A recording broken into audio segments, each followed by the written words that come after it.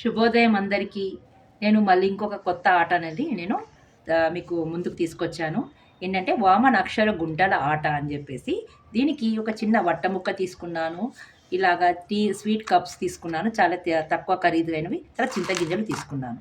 ఈ చింతగింజలు ప్రతి ఒక్క ఇదిని మనం గుంట అంటాము. ఇలా ఈ మధ్యలో ఉండేది ఆవు గుంట అనమాట. ఈ గుంటలో ఇలా ఏ గింజలు అనేవి వేయకూడదు. మిగతా అన్ని గుంటలలో 17 గింజలు అనేవి వేస్తాము. ఓకే, నేను ఎందుకంటే ఇక్కడ ఒత్తులు కూడా నేను రాశాను. ఇక్కడ అక్షరాన్ని ఎందుకు పెట్టానంటే ఇక్కడ ఒత్తులు రాశాను కాబట్టి చాలామంది పిల్లలకి ఒత్తులు అనేటివి పలకడం రాదు.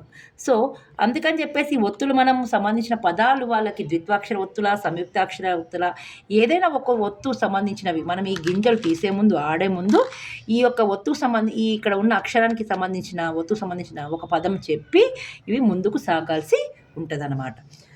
ఆ విధంగా ఆడుకోవడం వల్ల పిల్లలకి ఈ ఒత్తుల పరిచయం తెలుస్తుంది. ఈ ఒత్తు అనేది వాళ్ళకి ఏం ఒత్తు అనేది తెలుస్తుంది. దాని ద్వారా పదాలు తెలుస్తుంది.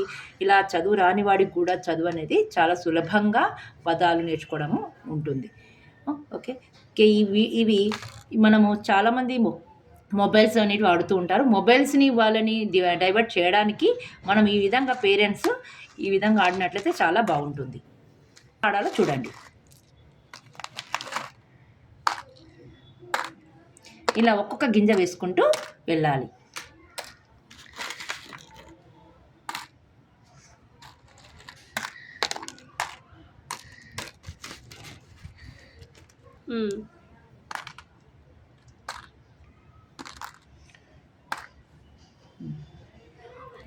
ఇవి తీసుకోవాలి.